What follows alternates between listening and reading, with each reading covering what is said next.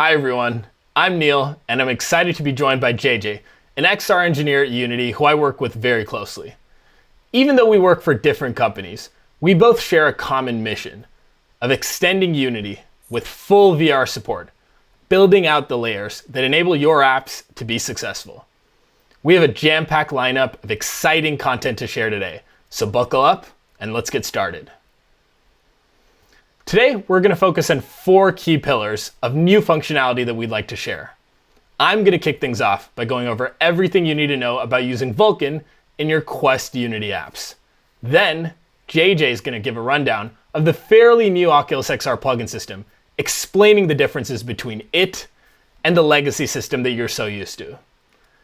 Finally, I'll be covering some improvements to Quest iteration time that can be found in the Oculus integration from the Unity Asset Store. And lastly, we'll discuss some key details around using the universal render pipeline in your projects. I'm really excited to spend some time talking about the recent as well as ongoing work that we've done to support Vulkan for Oculus Quest Unity developers. We're going to chat a bit about exactly what Vulkan is, what the benefits are over its predecessor, OpenGLES, how to upgrade your projects, as well as the general state of our Vulkan implementation, both in the current and future. At an API level, Vulkan is a relatively new Chronos-designed API, and in many ways is the successor to OpenGLES, which all of our Quest developers on Unity currently use. A key design feature of Vulkan is that it's a stateless API, in contrast to GLES, which is stateful. A stateful API like GLES makes the execution of a given API function depend not only on the arguments that you pass to it, but also on the current state maintained by the graphics driver. In contrast, a stateless API like Vulkan has its function execution depend solely on the structures that you pass to it, rather than a state which is opaque to the app. This is a cleaner architecture, and it means that the onus is now directly in the application itself to correctly manage and pass appropriate structures as necessary. Furthermore, Vulkan tends to be a little more explicit in API than its predecessors, with often more fine-grained and explicit GPU control. An area where this manifests is the treatment of load and store operations in Vulkan. These operations can be thought of as a way of informing the graphics driver the scope of the usage of texture attachments at a per render pass level. When using GLES, without explicit APIs like this one, the graphics driver has to often make many assumptions about what these usages may be, such as whether a texture needs to be accessed outside a given render pass or only inside of it. And this explicit nature of Vulkan allows the app to control the GPU at a more fine-grained level, removing the need for the driver to make those assumptions in the first place. Most importantly, we want to stress that Vulkan is our future preferred API for every Oculus Quest developer to use in Unity. It should not be seen as merely some optional alternative side grade to GLES. Rather, sometime in the near future, we expect all of our Quest developers in Unity to be using Vulkan in their projects, as it should provide a strictly better implementation. Let's dive a bit deeper into concrete benefits of using Vulkan. In addition to a few of the benefits covered in the last slide of the stateless design and more fine-grained GPU control, the primary improvements to be expected when using Vulkan are performance-oriented. When using Vulkan, the commands that you're sending to the graphics driver have lower overhead than those sent to an equivalent GLES driver. This affects everything from draw calls themselves to all of the preparation work that the app's CPU has to conduct before issuing said draw calls, such as binding vertex and index buffers. Ultimately, the amount of CPU work that the graphics driver performs in its API entry point specifically will be lower with Vulkan compared to GLES. A big reason for this is because Vulkan drivers perform almost no error checking compared to their GLES counterparts, which basically results in the driver having to do less work and thus save on some CPU resources. So, this lower graphics driver overhead can lead to better performance than GLES. However, it's really important to understand that this performance gain will only be of rendering CPU performance, but with no impact at all on either GPU or on main thread CPU performance. To that end, we must understand that Vulkan, and more generally graphics APIs, are simply CPU APIs to control the GPU. So assuming that most apps are the classic main render thread model architecture, only the render thread itself is what's submitting those graphics API commands. So only the render thread has the potential to improve performance under Vulkan. Your main thread performance will not be changed. This means that if you have a GPU-bound app, your frame rate is not going to improve with the switch to Vulkan because your GPU performance did not improve, even though your CPU render thread load has the potential to decrease. However, it would still be a net win in this case, even if your frame rate doesn't directly improve, because having the CPU perform less work is a great optimization in any case, strictly for power reduction reasons, if not directly for improving frame rate. And in that ideal case, where your CPU render thread bound, then an improvement in render thread performance will directly improve your frame rate as well.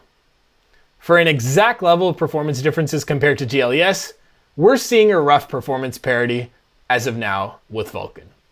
In all cases, your Vulkan apps should be strictly no worse performance than their GLES equivalents.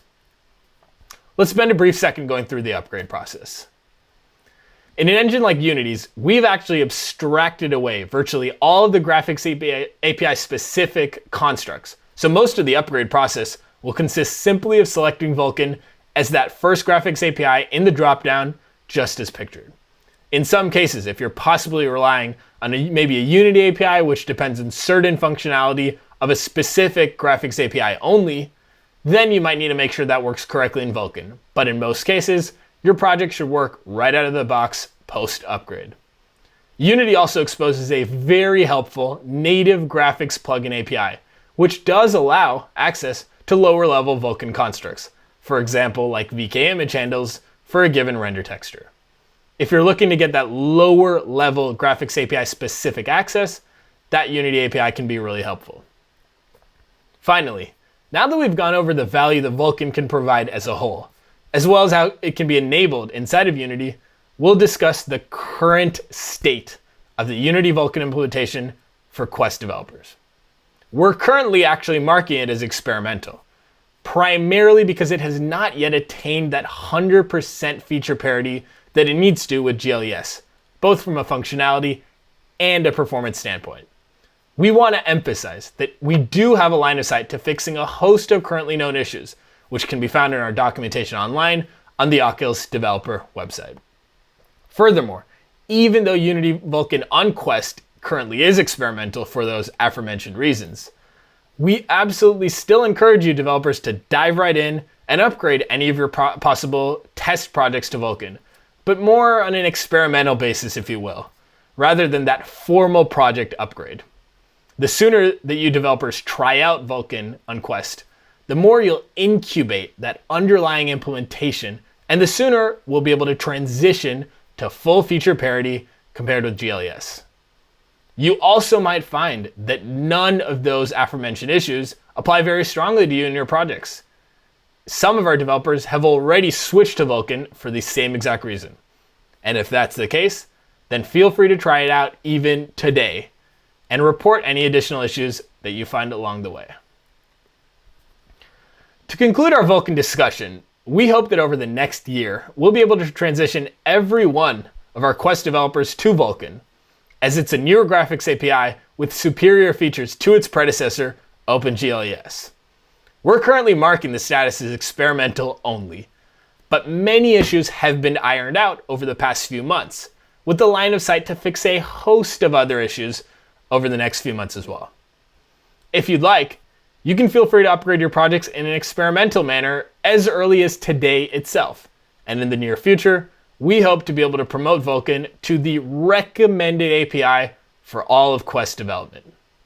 So with that, I'd like to hand things off to JJ, who's going to give a comprehensive overview of the Oculus XR plugin system. All right, thank you, Neil. I'm JJ, I'm an engineer at Unity, and I work on our Oculus integration. I'm going to be talking a bit about how Unity XR support has evolved over the past few years, and where we are now and where we're going.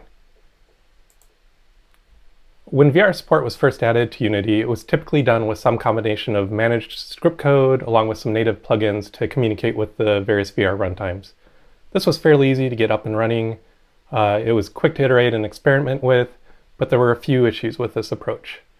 With the APIs that we had available at the time, you couldn't really optimize for stereo rendering. Eyes were rendered one at a time to render textures. You couldn't optimize culling and shadow passes for stereo, and optimizing input timing was difficult. It worked, but it wasn't ideal. So, in mid-2016, Unity released native integrated support for Oculus headsets in Unity version 5.4. This was what you saw when you went into your player settings and you scrolled down and you clicked Enable VR support. This added support for optimized single-pass stereo rendering, optimized input timing, and a number of other optimizations and improvements. This integrated support worked great for over 3 years, but 3 years was a good run, and we have bigger plans. So in Unity 2019.3, we deprecated this integrated VR support in favor of our new XR plugin architecture. First, don't worry, we're still supporting the integrated version in the 2019.4 LTS or long-term support releases. It's just not going to be receiving new features. The good news is that we already have a replacement up and running. That's an improvement over what we had before. So XR plugins. In Unity 2019.3, we released our new XR plugin architecture. So why did we go with the new plugin architecture when what we had was working fine? The integrated support was built into the actual Unity editor install. This meant that to get fixes and updates, you had to install a new Unity editor version. Now the Unity XR plugins are now distributed as packages, which can be updated independently of a specific Unity editor version. This gives us some more flexibility and agility that we didn't really have before. Also important is that this plugin architecture gives us a proper set of external APIs for supporting optimized XR rendering and input without requiring device-specific code inside of the actual Unity engine proper. And one thing I want to point out that this was not a complete rewrite. A lot of the internals that have worked well for us for years remain the same or very similar. We just made them more accessible via a plugin API, and then we also did some spring cleaning while we were in there. So for the Oculus XR plugin, we first released a preview build of that Oculus XR plugin in Unity version 2019.2. Then with the release of Unity 2019.3, the Oculus XR plugin came out of preview, and at the same time we marked the integrated Oculus support as deprecated. So the Oculus XR plugin is fully supported in our 2019.4 LTS release, and more importantly, it's the only option in Unity 2020.1 and forward. So to summarize, if you're going to be upgrading to Unity 2020 or higher at some point, the Oculus XR plugin is your only choice. And new features will only be landing in this XR plugin. So we're going to start strongly recommending that people begin upgrading to the Oculus XR plugin if you haven't already, unless you're going to be shipping in the next week or so, in which case, good job. And we already actually have some features that have only landed in the Oculus XR plugin that don't exist in the integrated version. So if you want the latest and greatest, come on and join us in XR plugin land. If you saw our talk last year, you might remember that the number of steps to get up and running with the Oculus XR plugin was a bit daunting. It involved quite a bit of juggling different windows. You had your package manager, your project settings, you had to install packages, and there was lots of clicking around in the UI. You might also remember me saying that with packages, that meant we could iterate more quickly in order to improve this process. And I have good news. The process to upgrade to the Oculus XR plugin is much simpler now. You just go to your XR plugin management in your project settings. You click on the Install XR Plugin Management button, and that installs the XR Management package for you. And I'll talk about that XR Management package in a bit. And now at this point, if you're on 2019.4 and you're currently using the integrated Oculus support, we're going to automatically disable that for you and uninstall the packages. And you'll see this little dialog telling you that we're doing this all behind the scenes for you. Then all you have to do is click on the Oculus checkbox, either for the standalone Windows players or for the Android player or for both. And you're done. Congratulations, you've upgraded to the Oculus XR plugin. There's no need to manually add packages or anything fiddly like that anymore. It's a much more streamlined process than what we had when we launched last year. Okay, some of you might be asking, this seems a little too easy. What about things like tracking for my cameras and for my controllers? Excellent question. What about camera rigs and track controllers? If you're using a recent version of the Oculus integration asset, you're already done. Good job. If you aren't on a fairly recent version of the Oculus integration, we recommend going to the asset store and grabbing the most recent version of that, and then update to the Oculus XR plugin, just so we make sure that everything's ready for the Oculus XR plugin. If you're using the Unity provided XR interaction toolkit, then you're also good, and camera and controller tracking should migrate across without any changes. Now, if you're a bit more of a DIY person and you're using the Unity track pose driver component, then there's a bit more work to do, but it's really not too complicated, and we do have an upgrade guide for that. Just look for it on our forums. Now, you might be wondering what that XR plugin management step was about, where we had you install the XR plugin management. That's a package that handles the loading and the life cycle of the various XR plugins and their subsystems. Subsystems are individual components of an XR plugin, and mostly they're currently used for display and input. Now, XR management automatically handles the starting and stopping of these different subsystems, as well as a few other convenience functions. And like I said earlier, the XR management package has received quite a few improvements over the past year or so. On top of the streamlined UI that I already mentioned, and the automatic handling of uninstalling and installing the various plugin packages, we also added some new managed APIs. The most interesting one for a lot of people is going to be the ability to modify the plugin loader list, the list of which plugins you want to use from script.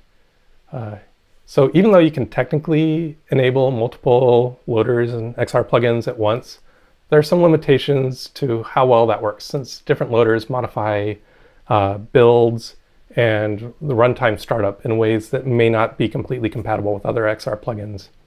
So now if you're targeting multiple XR plugins, you can adjust the loader list at build time for custom builds per platform, rather than having to resort to a manual process, where I'm going to unclick this XR plugin, enable that one, make my build, then disable that one, enable the other one, make my build. You can automate that through script now instead if you want. And there have been a lot of other under the hood improvements and fixes that I won't go into here. So I figured I'd end with a few tips for things that might catch some folks off guard. In more recent versions of the Oculus XR package, we bumped the minimum Android API to 23, so just update that if you haven't. You'll get a build error if you haven't set that, so it should be pretty clear what you need to do there. And currently, since Vulkan support is still marked as experimental, it's disabled by default as soon as you enable the Android Oculus XR plugin loader. Feel free to go back and re-enable that if you want to give Vulkan a try. And the XR Interaction Toolkit is still a preview package, and because the Package Manager UI is continuing to evolve in each version of Unity, you might have to look around in different places in each version to see where to enable preview packages. It's not too difficult, but it is evolving quickly. So, all right, with that, I'd like to hand things back to Neil so that he can talk about some iteration time improvements. Thanks. Thanks, JJ, for giving that comprehensive overview of the Oculus XR plugin system. Now to move on to Pillar 3. We'd like to share some improvements that we've made which dramatically reduce the iteration time of your Quest Unity apps. Specifically, we're referring to iteration time as the time it takes to build and then deploy any changes that you make to your projects. Today, we're going to focus primarily on on-device iteration time, which means building a new APK and then running it on your Quest. We do want to call out that Oculus Link is also an amazing way to prototype new functionality rapidly, and we recommend every Quest developer to use it as their instant iteration solution.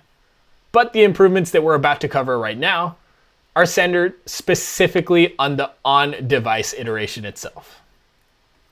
First, let's talk about OVR build APK and run. As the name suggests, it's very similar to the Unity build and run step, but it uses the Gradle cache to store files that do not need to be regenerated on a per run basis. It can be accessed by downloading the Oculus integration from the asset store found in the Oculus menu as pictured here. When using it, we've seen an improvement of build plus deploy time of between 10 and 50% in pretty representative projects. OVR build APK and run can be thought of as building a very representative development build of your app, not a release build, a development build. Next, we added a second tool, OVR Quick Scene Preview. It uses Unity's asset bundle system, dividing your project into multiple distinct asset bundles. The key time-saving optimization that OVR Quick Scene Preview uses is that it only rebuilds and deploys the asset bundles that correspond to the assets that you modify. Naturally, when making small iterations, you're only likely to touch a small subset of the assets in your project, and by extension, only a small subset of the asset bundles will need to be built and then deployed to your Quest. It is important to note, however, that OVR Quick Scene Preview is not meant to give you a fully representative build of your final project. It's meant to provide you with a really fast iteration on changes in given scenes or assets, rather than a broad-based, complete version of your app. To get that fully representative build, you can simply use OVR Build APK and Run from earlier. Here are some statistics on some real-world developers' apps, which show the significant speedups that you can expect when using OVR Quick Scene Preview for iteration time. In these tests, we made a few small asset and scene changes, and then we just used the tool to rebuild and deploy. And in all cases, we saw an over 80% iteration time speed up. And finally, we're going to discuss shader stripping, which is a really simple optimization that nevertheless has shown some significant wins in iteration time. The key idea underpinning shader stripping is that Unity applications running on Quest will only ever be loading Unity Graphics Tier 2 shaders out of the available tiers 1 through 3. But by default, all 3 shader tiers are still being built, even if Quest applications only will ever load Tier 2. Luckily, Unity has a very handy callback system, with the given callback in question here being onProcess shader of the iPreprocess shaders interface in Unity. We simply had to hook onPreprocess shader, or onProcess shader, and thus we're able to avoid performing build time work for shader tiers 1 and 3, only performing it for shader tier 2, which is what you need. We hope that all our developers can use these 3 iteration time optimizations of OVR Build APK and Run, OVR Quick Scene Preview, and shader stripping to dramatically reduce iteration time and allow you to focus your time on what's really important in your apps themselves. These 3 optimizations do a great job at reducing on-device native APK build and deploy time. But for that near instant iteration, we also heavily recommend using Oculus Link to preview your builds in Editor itself. For now, all of these features can be found in our Oculus integration package only, which most Quest developers already have. But in the future, we hope to be able to upstream these optimizations to Unity Engine itself so that default Unity functionality for the build system can benefit in the exact same way. And for our 4th and final topic, we'd like to spend a few minutes talking about the Universal Render Pipeline, which we're going to refer to as the URP. The URP is a specific implementation of Unity's Scriptable Render Pipeline, or SRP. The goal of the URP is to create an instance of the SRP, which is suitable for a broad base of platforms, specifically mobile platforms. Let's go through some of the reasons why upgrading to the URP might be a great choice for you. At a high level, perhaps the biggest benefit of the URP is that it's moving much of the code which handles the specification of render passes out of the engine core and into these packages, which you can then customize to any level of detail that you wish. Previously, many of these render pass camera specific details were opaque and hidden inside the engine. But with the URP, you'll be able to modify them to your heart's content as they live in packages. There is also the possibility of performance gains when switching to the URP. Certain of our benchmark test cases have been tested to have higher performance than when using the legacy built-in render pipeline. The URP is also compatible with the Unity scriptable render pipeline feature known as the SRP batcher, which is an optimization that can improve CPU render thread performance under certain conditions. It's worth giving that a try. Finally, the URP is going to be the default rendering pipeline for all Unity developers in 2021. This, combined with the also natural fit that the URP has with the Quest's compute budget, makes switching to the URP a very good idea, even as early as now in Unity 2020. To wrap up our discussion of the URP, let's go through a few helpful tips to make sure that you're on your way to hitting frame rate and avoiding some very common performance pitfalls. One of the most important pieces of advice that all Quest developers can hear, which rings especially true when using the URP, is to try and make their app contain only one single render pass, rendering directly to our eye textures, as opposed to using a multi-pass setup using intermediate textures. A multi-pass setup is going to be more expensive than a single pass setup on any platform, but the discrepancy looms even larger given Quest's tiled rendering graphics architecture, which extracts an extremely large performance cost to store, also known as resolve, any intermediate textures. In practice, this would point to avoiding certain features which require those multi-pass setups, which most commonly manifest in areas like post-processing through a dedicated separate pass, like rendering shadows, or rendering a depth prepass.